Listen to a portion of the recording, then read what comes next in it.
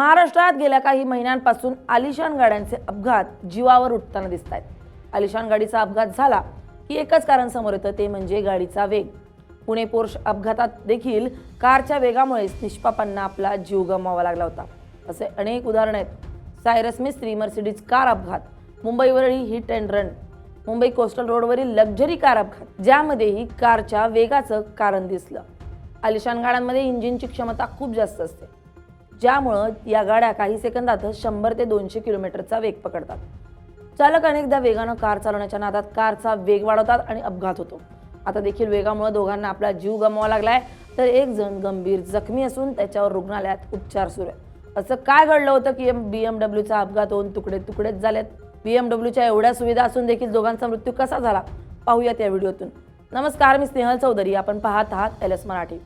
बदलापूर जवळील मुंबई वडोदरा हायवेवर मध्यरात्री 2 वाजण्याच्या सुमारास हा भीषण अपघात झालाय। रात्रीच्या सुमारास BMW कार भरधाव वेगानं टिटवाळ्याहून बदलापूरकडे जात होती। चालक असलेल्या तरुणानं कारचा वेग वाढवला आणि वेग 200च्या पार नेला।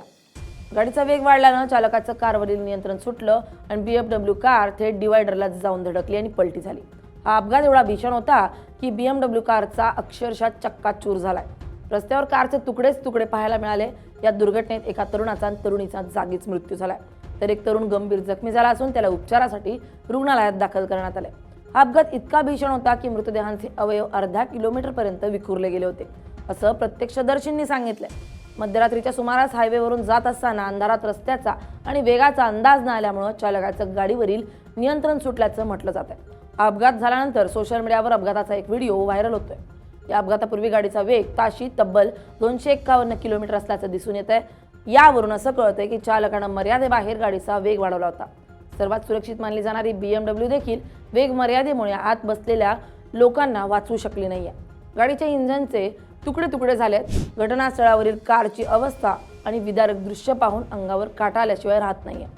या अपघातातील मृतांची ओळख आता पटली असून त्यांची नावं देखील समोर आली आहेत। योगेश दिघे वय वर्ष 26, रिकाब्या जेगब वय वर्ष 24 अशी मृतांची नाव आहेत। मिळालेल्या माहितीनुसार अपघाताच्या वेळी योगेश कार चालवत होता, तर त्याच्या शेजारी कारमध्ये पुढे रिकेबा बसलेली होती।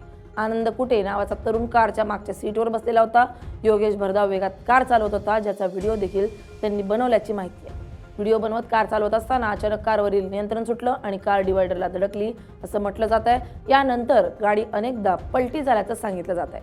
यानंतर कारमधील तरुणीच्या मृतदेहाचे अवयव 500 मीटर लांबपर्यंत उडल्याचं प्रत्यक्षदर्शींनी सांगितलंय। पण आलिशान कारचे अपघात एवढे भयंकर का असतात, असा प्रश्न आता अनेकांना पडला असेल।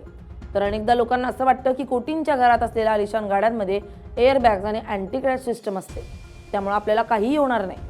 पण लॉज ऑफ फिजिक्स सर्वांसाठी सारखाच नसतो। जेव्हा गाडी ताशी 251 किलोमीटरच्या वेगानं एखादा लोखंडी किंवा सिमेंटच्या डिवायडरला धडकते, तेव्हा निर्माण होणारी ऊर्जा इतकी प्रचंड असते की कोणतीही कार ती सहन करू शकत नाही। बदलापूरमध्ये हेच पाहायला मिळालं। कारच्या मजबूत इंजिनचे तुकडे झालेत, म्हणजेच वेग हा सुरक्षिततेपेक्षा कितीतरी पटीनं घातक ठरलाय। पुण्यातील पोर्शे प्रकरणानंतर देशभरात कडक कायद्याची भाषा केली गेली, मात्र तरीही महाराष्ट्रात हायवेवर अशा आलिशान गाड्यांचा हैदोस सुरूच आहे। रात्रीच्या वेळी रिकामे हायवे मिळाले की या महागड्या गाड्यांच्या स्पीडोमीटरची सुई थेट 200 पार जाते। हा केवळ स्वतःच्या जीवाशी खेळ नाहीये, तर हायवेवरून प्रवास करणाऱ्या इतर निष्पाप लोकांच्याही आयुष्याशी चाललेला खेळ आहे। सध्या पोलिसांनी या दुर्दैवी अपघाताची नोंद केली असून मृतदेह शवविच्छेदनासाठी पाठवण्यात आले। अपघात नेमका कशामुळे झाला? गाडी चालवणाऱ्यानं मद्यप्राशन केलं होतं का? गाडीत काही तांत्रिक बिघाड होता की केवळ अतिवेग कारणीभूत होता? याचा पुढील तपास पोलीस करत आहेत। Bureau report LS Marathi.